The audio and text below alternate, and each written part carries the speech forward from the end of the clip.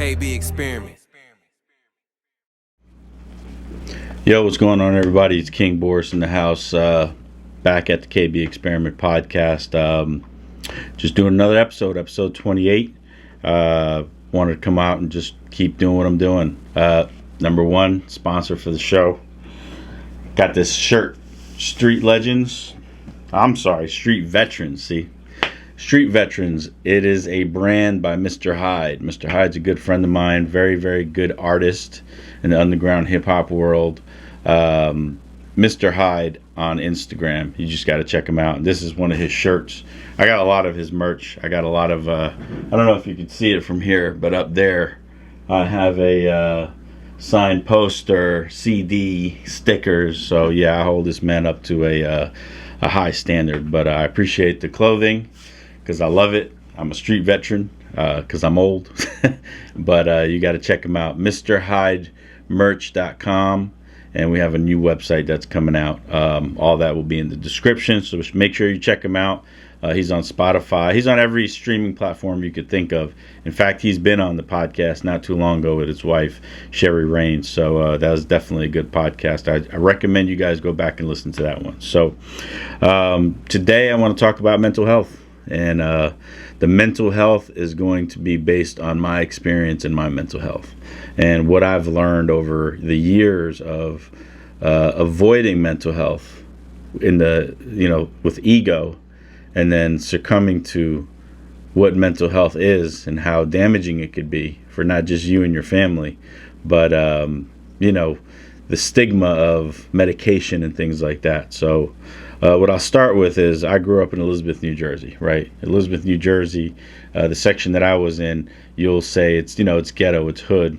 There's a lot of negativity that goes on there. There's a lot of positive things too, but I'm focused on the negative right now. There's a lot of nice to sell drugs over there. There's a lot of theft. Crime is pretty high. There's a lot of bad areas that you really don't want to go into unless you're part of that environment. So that's you got your drug spots, you got your hooker spots, things like that.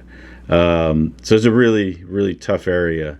I've seen people get shot, robbed, stabbed, killed, run over. This is the stuff that I grew up with from, I would say, 8 years old when I could remember up to close to 30 before I left New Jersey, before I left Elizabeth. Just seeing a lot of negativity. So I've walked around with not a chip, but I'm always on, a lookout. Who's here? Who's around me? Who's ready to do harm? Because that's the type of area that if you're not paying attention, people will take advantage of you. They'll rob you. I've seen kids rob grown women in the street on broad daylight. And, that's just not the environment that I want to be in, right? It's a negative environment. So walking down the street, you have to have a certain type of, street knowledge. Like, yo, that's a nice hat. Yo, those are nice shoes. What size are they? It's a nice jacket. Normally that's code for I'm about to steal your shit.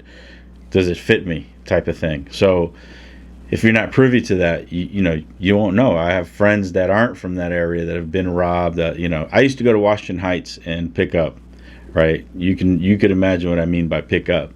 But go to Washington Heights, we'd pick up, come back, break it down, and do what we did.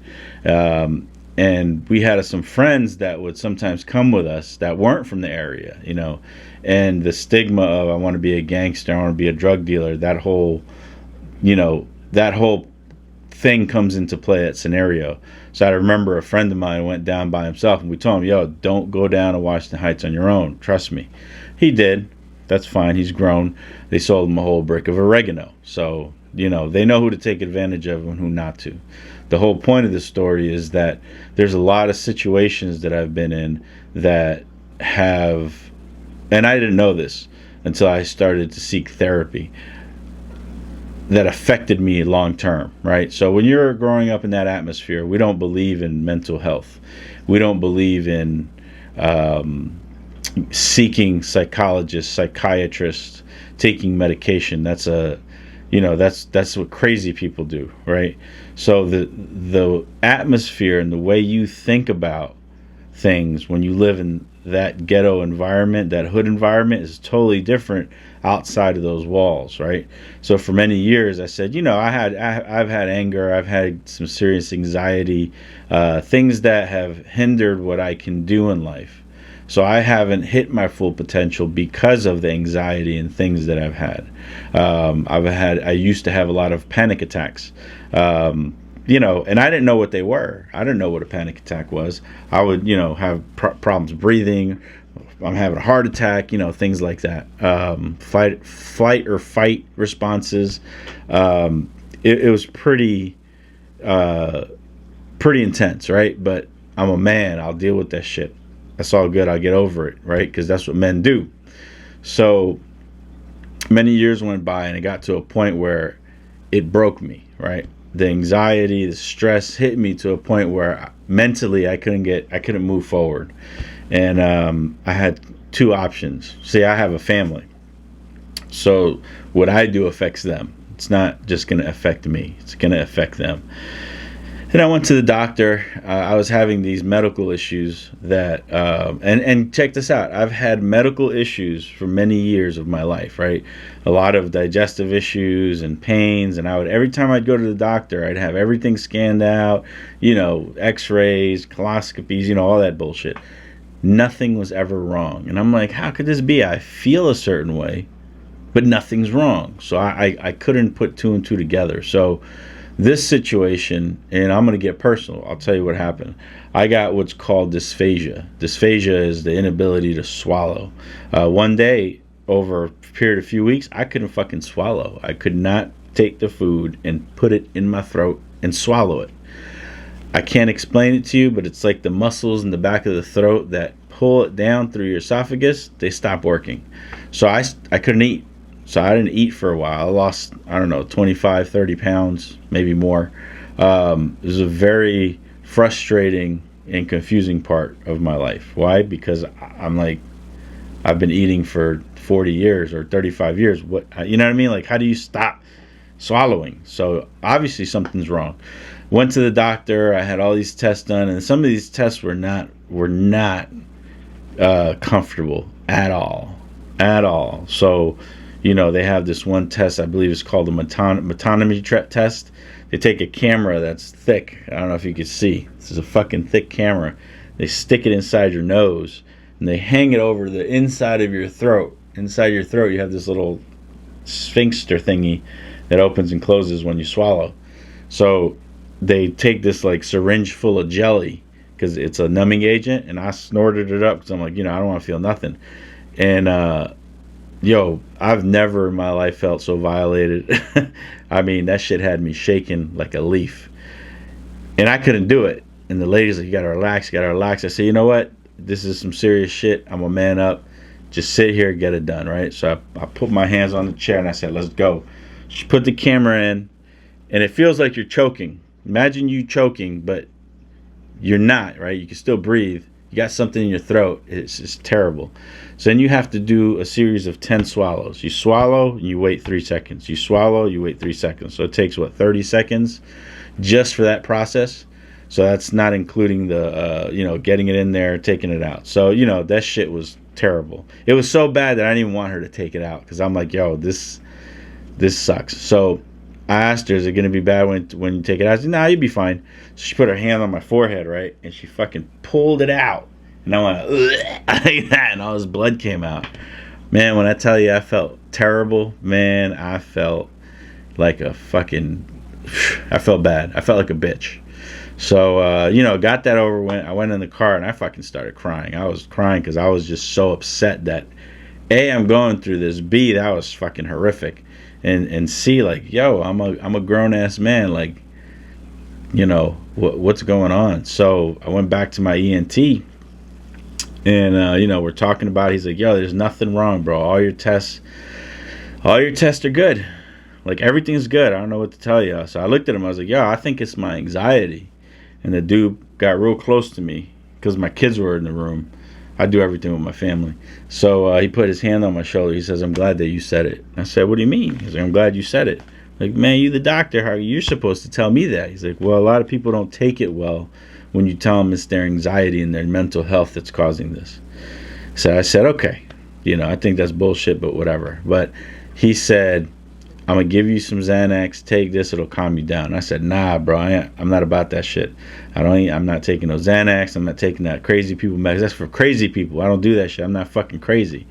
So, I don't want to get addicted to that, blah, blah, blah. So he gave me something called Buse Bar. I said, all right, fine. I'll take that because it's non-addictive, right? So I went home.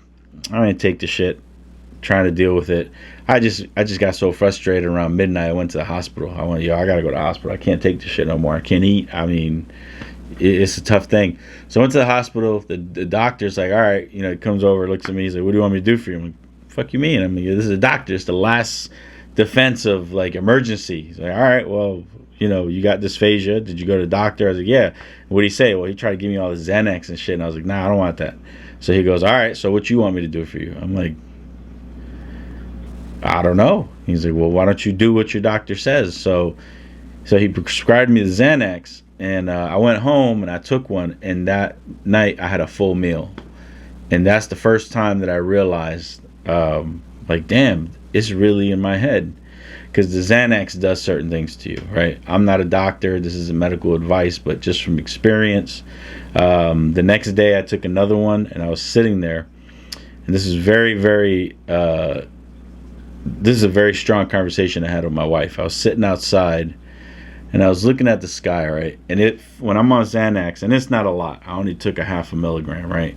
So I don't want people to get confused with school buses and bars and taking a shitload. It's nothing like that. When you take medication with instructions, it does something different than when you take it recreationally, right? So I'm sitting there talking to my wife. I could literally feel the difference between the calm Borris and the anxiety-filled Borris. And the anxiety-filled Borris is an asshole, mean, cocky, all these negative traits. Of course, there's some positivity in there, but at the end of the day, I learned that all that negativity that I had based on my anxiety and mental health, I would push it onto my family, my kids, and my wife. So I sat there and I looked at my wife and I was like, man, you must really love me. She goes, yeah. I was like, I've been an asshole for the last, 13 years. She said, yeah, you have. And I realized, like, damn, number one, this woman sat here with me for this long dealing with my anxiety bullshit because I unloaded it on her and my kids, right?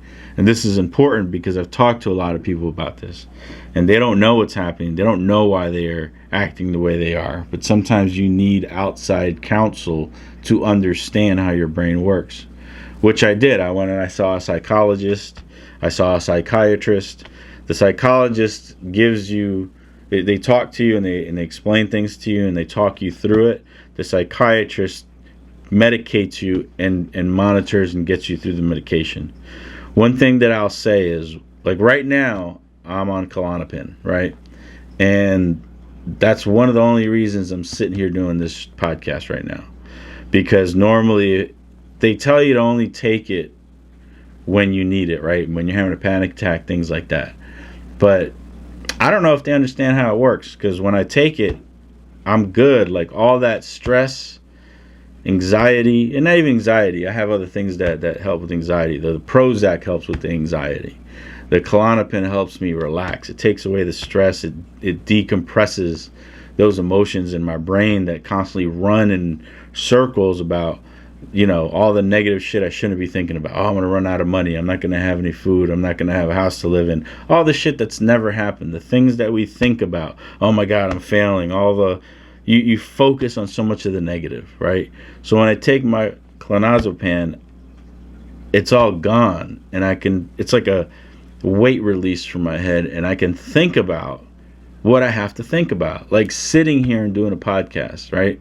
Sitting here and having the mental clarity to communicate to you certain things that I want to communicate as clearly as could be. Now, if I tried to do this without the medication, it would be a different podcast, because my atmosphere internally would be different. My thought process would be different. I would be in a different place, which is an uncomfortable negative place. Half the time I'm fighting myself saying don't take the medication, because they say take it only when you need it, right? But they don't really explain how to take that, right? Like, when do I need it?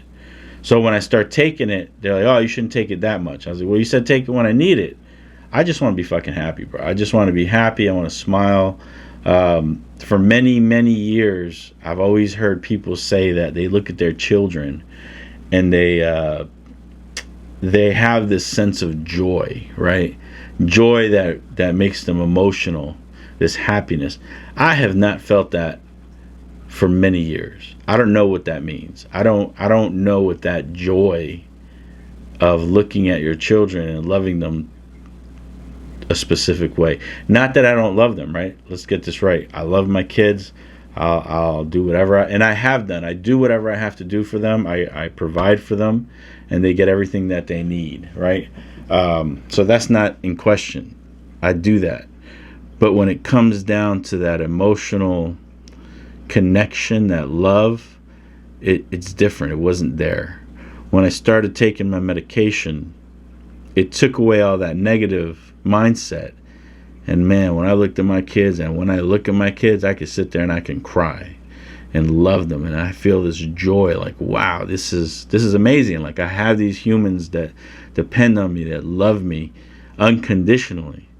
Why do I say all this? Because when you don't address your mental health, it holds you back from a lot of the things that you could be enjoying in life, right? And I know that there's pros and cons to everything, and everybody has their own beliefs. I get it. But what's good for one person is not good for another, right? In my case, I've lived for 35 years in a state of survival mode that has fucked me up. Of stress, of anxiety. And if I had to choose, I'll choose medication any day than living in that negative state. So I could understand why certain people do alcohol and drugs, because they're hiding the pain, right? They're trying to numb that pain up. The way I see it is when you go through the medical route, right? When you go to the medical route, and yes, I understand people will say, oh, it's a conspiracy that they want to do this. I don't give a fuck about all that. Conspiracy or not, and I believe a lot of that shit. But at the end of the day, I'm just happy to be happy. That's it. Yo, just let me be happy. If I'm happy, I don't care about anything else. I don't give a shit what it is. If I'm drinking antifreeze and the antifreeze is making me feel good, fuck it. Then I'm drinking antifreeze. But when I start to take that ego mentality and start tricking myself into thinking, oh, they're, back to those negative thoughts. Oh, they're using this to addict me to drugs. And look, everybody's addicted to something. I'd rather be addicted to Xanax and clonazepam and all that shit. And I'm not saying, and that's not even an addiction like I would think that meth and heroin and all that shit is, right? But you think those people that do those heavy drugs do it because they want to live a shitty life? No, they do it because they want to feel better.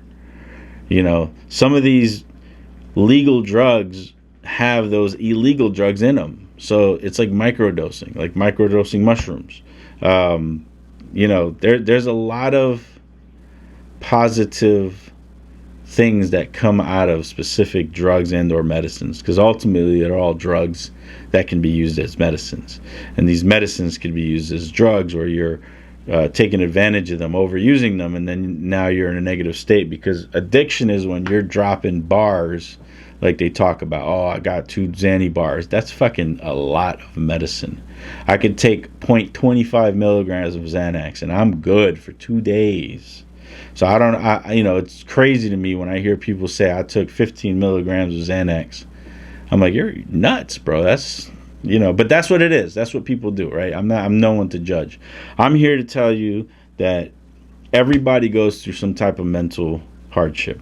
Everybody's going through some type of mental instability, right? And just like every part of the body has a muscle, you can exercise that muscle.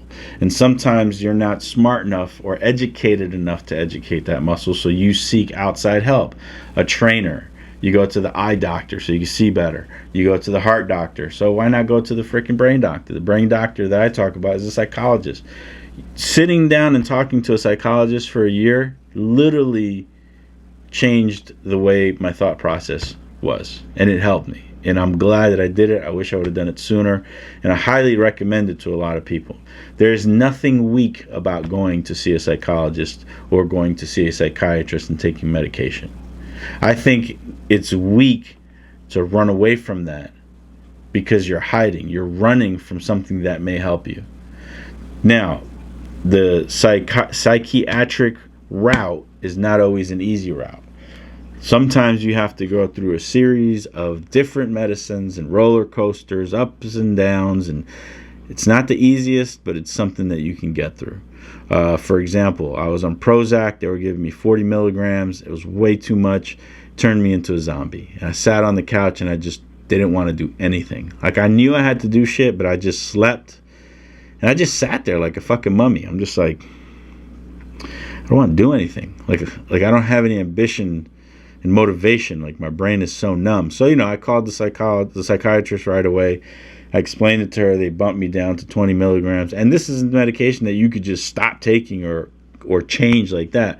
So you have to taper down because the shit, it works with your brain chemistry. I won't get into that, but there's I would say look up what these things do to your brain so you could understand the process with the GABA receptors and the synapses and all this and that and forth. They brought me down to like 20 milligrams, and that was good. You know what? I found a good place. I got a lot done. So, a lot of this happened pre-pandemic. Pandemic hit, I took a choice and I said, I'm going to go full force on the social media thing with the business, with the podcasting. And I did it. But I had the mental clarity to get it done when normally I wouldn't. So I was also diagnosed with ADHD. And again, people will say, oh, you're fucking, this is bullshit. There's no such thing. Look, at the end of the day, I can't focus for shit. There's a lot of times, and this is one way I explain it. For many years, I will listen to a song, right? So I put on a song and I'm listening to it. And I want to listen to the words. But I can't because 2 minutes into the song, 1 minute into the song, I'm thinking about something else. I'm like, shit, all right, let me start it all over again. Right? And it's over and over and over. And I just my brain cannot sit still enough to focus and listen through that song all the way. Right? Same thing with reading. I'll sit here and read and I'm like, I don't know what I just read. I got to read it again and read it again and read it again. Right? So my brain's all over the place. So I don't know where to start sometimes. I got all this shit to do and I'm like, I don't know what to do, so I won't do nothing. So when I start taking the medication, I think it's called a tamoxifen. They got these crazy ass names. Which is Strattera, I think is the generic or the real name. That shit helps you focus. Boop. I focus. So I said, you know what? I'm going to sit down. I'm going to do this podcast. I'm going to set my shit up. I'm going to sit here and talk. None of this is scripted. I didn't write any of this stuff down. this is right off here. All the stuff that I always think about, all I'm doing is regurgitating it out. But now I'm clear enough to just go, boom. I'm going to regurgitate this out. However it comes out, that's the authentic self. That's the authentic me. Can I make it better? Of course. But look, man, I'm talking to you as a real person. I'm not talking to you as a personality. I'm talking to you as a friend, as someone. Like, if I was sitting across the table, this is how I would talk to you. This is how I communicate to you. And I'm being open with you guys because I've noticed over the years how many people are dealing with the same thing. And when you don't talk about it, it gets worse. When you do talk about it, you start realizing, I'm not alone. I thought it was just me. I thought I was just going crazy. But then when you start realizing that there's some big ass people out there that deal with the same shit, just as much as the smaller people, however you want to put that, meaning more successful people, more people who you think got their shit together, they're getting it done. A lot of times they're on medication. They're on Adderall and Xanax and all that shit. But that's how they get it done, is because they get focused, because the medicine focuses you in. We have all these distractions in life, especially with technology, cell phones. All that shit is designed to just take over your brain. So you're already fighting something that you have no idea of how it works. But I'll say I'm grateful for the medication. I want to know, and I want to tell you guys that you're not alone if you feel this way. Millions of us feel the same way. Okay, and it drives us crazy because we don't talk about it. We don't say anything because we don't want people coming up to us, oh my God, are you okay? What's going on? Are you all right? Like as if we need sympathy. It's not sympathy that we need. It's just clarity and conversation. So let me know what you think. I was pretty vulnerable here with this, and I wanted to be. I wanted you guys to know this is what real life is. Not the shit that you see on Instagram or all the pretty pictures. That's part of life. That's a small portion of life. This is the bigger portion of life. When you lay your head down to sleep on that pillow, what are you thinking about? How do you feel? So, you know how it works. Subscribe, share, like, comment, do all that stuff because all that helps me pay my bills. If you have any topics or anything you want me to talk about or shit, you want to come on the show, talk, let me know. You want to be a sponsor? Let me know. I'm open for anything, but I appreciate you guys taking the time to listen to me. This is episode 28 of the KB Experiment Podcast. This is King Borris. Love you guys. See you later. Peace.